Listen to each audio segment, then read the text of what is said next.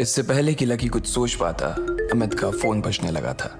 सभी लोग पहले से ही बहुत परेशान थे और इस फोन के आ जाने के बाद उनके दिल की धड़कन और भी तेज हो गई थी।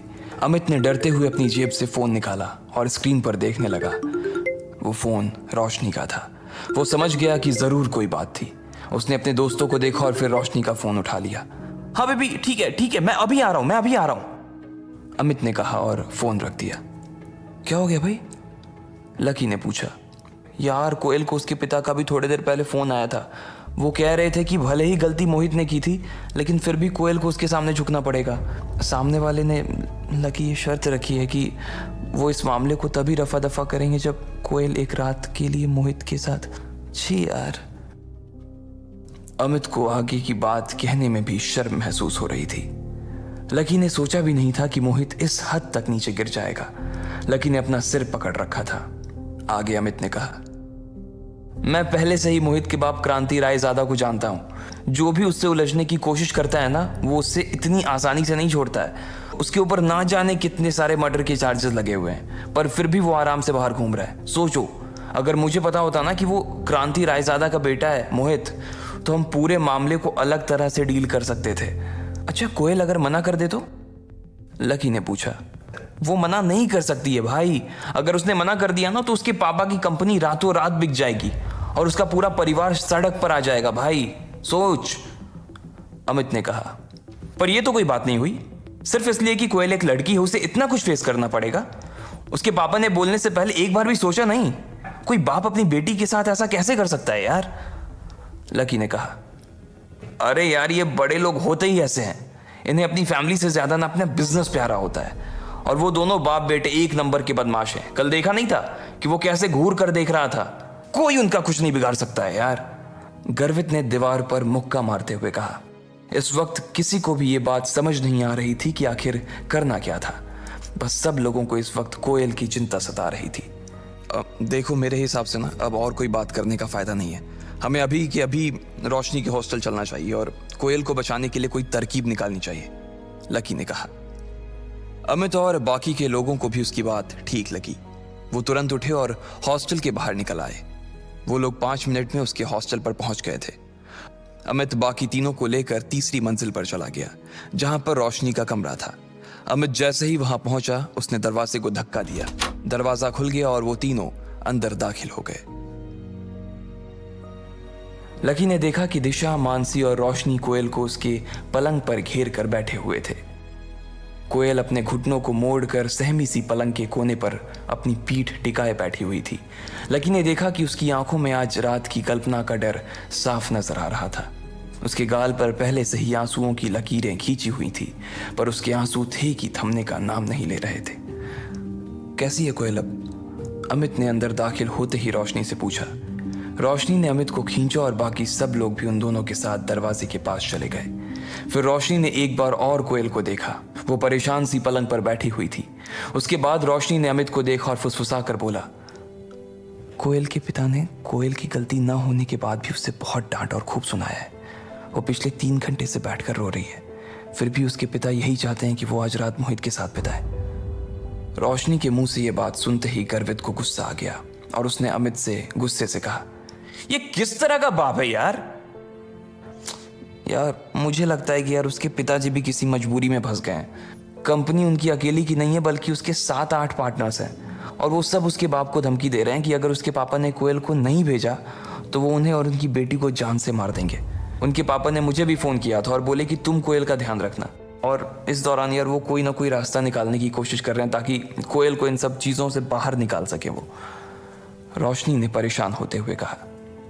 इसके बाद वो लोग आकर कोयल के पास बैठ गए थे।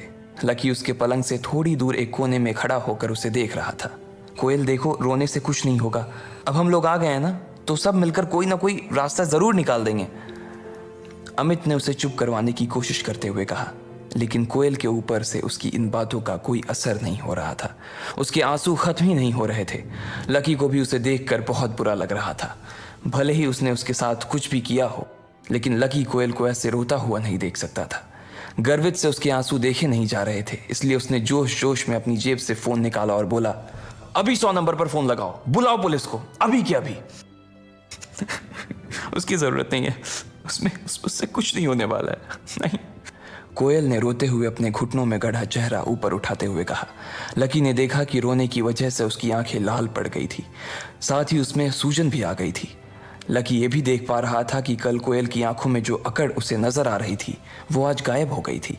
उसको ऐसे लाचार होते हुए देख उसका मन भी उदास हो गया था। वैसे वो इस तरह से आज उसे नहीं देख सकते थे, आखिर वो उसी की मदद करने के लिए यहाँ आए थे। मानसी ने कोयल को एक टिश्यू दिया। उसने उससे अपनी नाक पोंछी और आंसू भरी आंखों से अमित की ओर देखकर बोली, पुलिस को फोन करने से कोई फायदा नहीं है। अगर हमने उन्हें बुलाया ना तो मामला मेरे और मेरे पापा के लिए ना और ज्यादा बिगड़ जाएगा। क्या करूं मैं यार। कोयल जानती थी कि ये बड़े मसले थे और इसमें पुलिस उसकी कोई मदद नहीं कर सकती थी। वैसे भी पहले ही पुलिस को बुलाने और बताने की वजह से ही तो ये सब मुसीबत खड़ी हो गई थी। अब अगर वो फिर उसी रास्ते पर गए तो क्रांति रायजादा और ज्यादा नाराज हो सकता था। जितना वो नाराज होता उतनी कोयल और उसके पिता की हालत खराब हो जाती। अगर किसी को फोन करना है तो किसी ऐसे आदमी को करो जो मोहित और उसके बाप से भी बड़ा आदमी हो। वही हमारे बीच में बोलकर हमारी मदद कर सकता है। मैं अभी अपने पिता से पूछता हूँ कि वो किसी ऐसे आदमी को जानते हैं या नहीं जानते हैं, अमित ने कहा और अपना फोन निकालकर अपने पिता को फोन करने के लिए बाहर चला गया। मैं भी पूछती हूँ, रोशनी ने कहा। दिशा और मानसी भी इस काम में लग गए थे। हालांकि दिल ही दिल में सब लोग इस बात को जानते थे कि उनके परिवार के कॉन्टैक्ट्स इतने बड़े नहीं थे कि वो लायन ग्रुप के ऊपर दबाव बना सके, पर फिर भी इस वक्त वो कोयल का दिल बहलाने और उसे शांत करने के लिए ये सब कर रहे थे। प्रीतम और गर्वित ने कुछ नहीं कहा, उसके पास कोई कनेक्शन नहीं था। लकी, जो कि कब से चुपचाप एक कोने में खड़ा था, उसने कोयल की ओर देखा और बोला, चिंता मत करो, तुम्हारी और तुम्हारी फैमिली की प्रॉब्लम जल्द ही सॉल्व हो जाएगी। लकी के मुंह से ये बात सुनकर कोयल थोड़ा चौंक गई थी और वो उसी की ओर देखने लगी। जब वो रो रही थी तो उसे पता ही नहीं चला कि लकी भी उसे चुप करवाने के लिए आया हुआ था। लकी को उसने अभी देखा था और देखते ही उसने अपनी नाक साफ करते हुए पूछा, तुम भी आए हो? लकी ने सिर्फ उसकी बात सुनी और जवाब में हाँ में गर्दन हिला दी। जिस तरह से वो लकी को देख रही थी उसे लग नहीं रहा था कि वो इस वक्त उसे इस कमरे में देखना चाहती थी। कल वो भले ही उसके लिए वहां खड़ा हो गया था, लेकिन फिर भी कोयल का उसके लिए जो गुस्सा था वो पूरी तरह से शांत नहीं हुआ था। कोयल, लकी भी तुम्हारी मदद करने के लिए यहाँ आया यार। वो भी वही सोच रहा है जो हम सब सोच रहे हैं। उसे भी तुम्हारी उतनी ही चिंता है जितनी कि हमें है, रोशनी ने लकी की ओर से जवाब देते हुए कहा। अच्छा, इसे भी चिंता है? अगर कल तुम वहां नहीं आते ना तो मुझे वहां से उठकर नहीं जाना पड़ता, ना ही मैं वहां से उठकर जाती और ना ही मैं जल्दबाजी में मोहित से टकराती। अगर मैं मोहित से टकराती ही नहीं तो फिर तुम बीच में आकर हीरो नहीं बनते। तो बताओ, क्या यह सब होता? बोलो। कोयल ने लकी की ओर देखते हुए उससे पूछा। इससे पहले कि वो कुछ कह पाता, कोयल का पारा और भी गर्म हो गया था। ऐसा लग रहा था कि वो इधर उधर का सारा गुस्सा लकी पर ही निकालने की फिराक में थी और इसलिए अगले ही पल वो अपने पलंग पर से खड़ी हुई और लकी की ओर चिल्लाते हुए बोली, निकलो, अभी के अभी मेरे कमरे से बाहर निकलो, निकलो अभी। कोयल, ये तुम्हें क्या हो गया है? ये तो बेचारा तुम्हारी मदद करने के लिए यहाँ आया हुआ है और तुम हो कि उसी के ऊपर बरस रही हो। कल अगर ये नहीं होता और वो मोहित तुम्हारे साथ होटल में बदतमीजी करता तब तुम क्या कर लेती? रोशनी ने उसे समझाने की कोशिश करते हुए कहा। उसे समझ ही नहीं आ रहा था कि आखिर वो अपने गुस्से का शिकार लकी को क्यों बना रही थी। जब रोशनी और कोयल के बीच ये सब बातें चल रही थी तब भी लकी बिल्कुल चुपचाप खड़ा था। आज फिर उसकी वजह से उन दोनों के बीच में झगड़ा हो रहा था, इसलिए वो चुपचाप दरवाजे की ओर बढ़ने लगा। अरे अरे रुको लकी, तुम्हें जाने की जरूरत नहीं है। वो तो कोयल को बस थोड़ा सा गुस्सा आ रहा है, वरना वो कोई बात नहीं है यार। और वैसे भी तुम समझ सकते हो ना कि आज उसकी हालत कैसी है, लेकिन उसके चक्कर में तुम अपना मूड मत खराब करो प्लीज।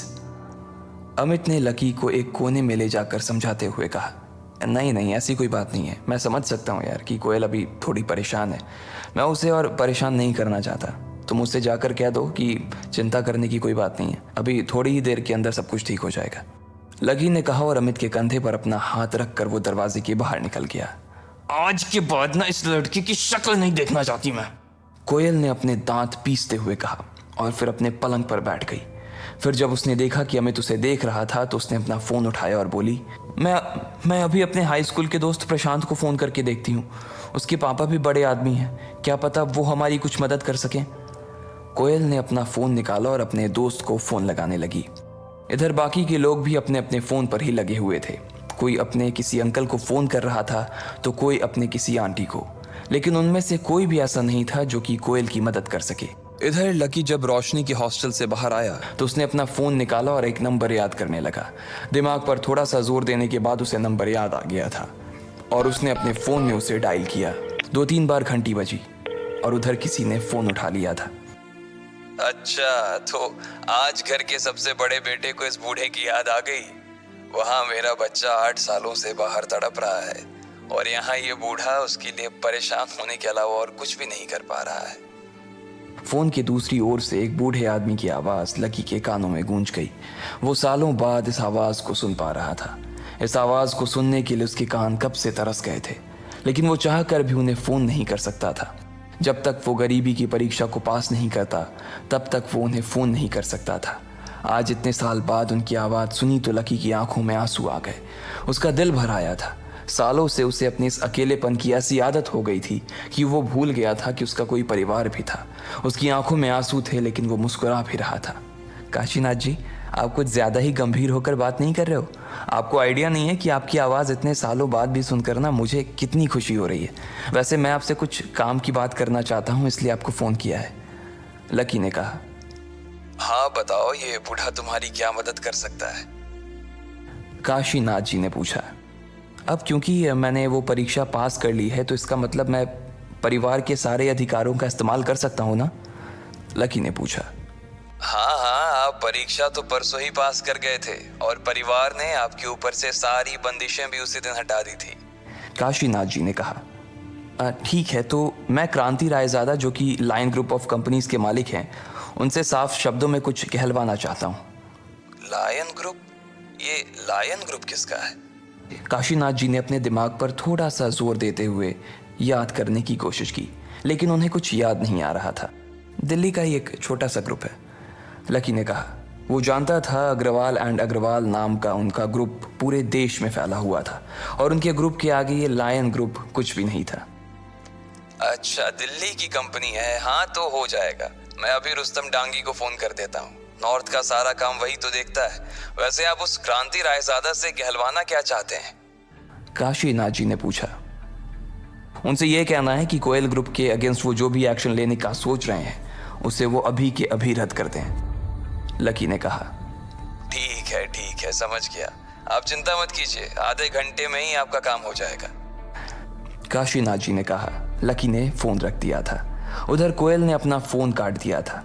उसने अपने जिस दोस्त को फोन किया था उसके पिता दिल्ली के किसी बड़े से आदमी से मिलकर उसका काम करवाने वाले थे। अब देखना यह था कि आखिर कौन मोहित को कोयल से दूर करवाने वाला था। क्या ये श्रेय उसका दोस्त प्रशांत को जाता या फिर लकी इस खेल में बाजी मारता?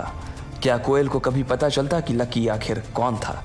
इन सब सवालों के जवाब अगर आप जानते हैं तो कमेंट बॉक्स में हमें भी बताएं और आगे की कहानी जानने के लिए हमारे साथ सुनते रहें लखपति, सिर्फ पॉकेट FM पर।